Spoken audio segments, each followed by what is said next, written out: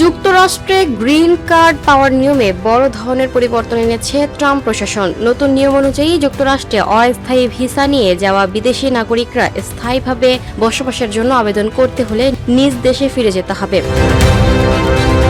শুক্রবার 22 মে বার্তা সংস্থা রয়টার্সের প্রতিবেদনে বলা হয়েছে, মার্কিন নাগরিকত্ব ও অভিবাসন পরিষেবা এক নীতিগত নির্দেশনার মাধ্যমে এই নতুন নিয়মের কথা জানিয়েছে।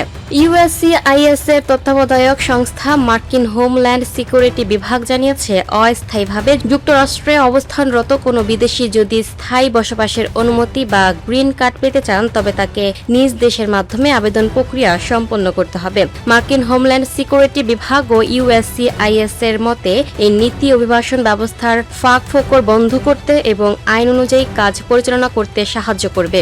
সংস্থাটি আরও জানিয়েছে, এই নিয়মের ফলে তাদের কাজের চাপ কমবে এবং বেঁচে যাওয়া সম্পদ দিয়ে তারা অন্যান্য জরুরি মামলার প্রক্রিয়া আরও দ্রুত শেষ করতে পারবে। কর্মকর্তাদের নির্দেশ দেওয়া হয়েছে, বিশেষ কোনো ক্ষেত্রে ছাড় দেওয়ার প্রয়োজন আছে কিনা তা প্রতিটি মামলার তথ্য আলাদাভাবে যাচাই করে সিদ্ধান্ত নিতে। অভিবাসী ও শরণার্থীদের সহায়তাকারী সংস্থা হায়াস এই সিদ্ধান্তের কড়া সমালোচনা করেছে। সংস্থাটি জানিয়েছে, অমানবিক নিয়মের কারণে মানব পাচারের শিকার ব্যক্তি এবং চরম নির্যাতন ও অবহেলার শিকার শিশুরাও বিপদে পড়বে।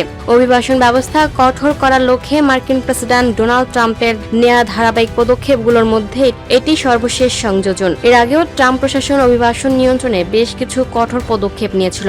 গত বছর শিক্ষার্থী সাংস্কৃতিক বিনিময় কর্মসূচিতে আসা দর্শনার্থী এবং গণমাধ্যম কর্মীদের ভিসার মেয়াদ কমিয়ে দেয় ট্রাম্প প্রশাসন। ট্রাম্প ক্ষমতায় আসার পর থেকে 1 বছরের মাথায় 1 লাখেরও বেশি ভিসা বাতিল করে মার্কিন পররাষ্ট্র দফতর।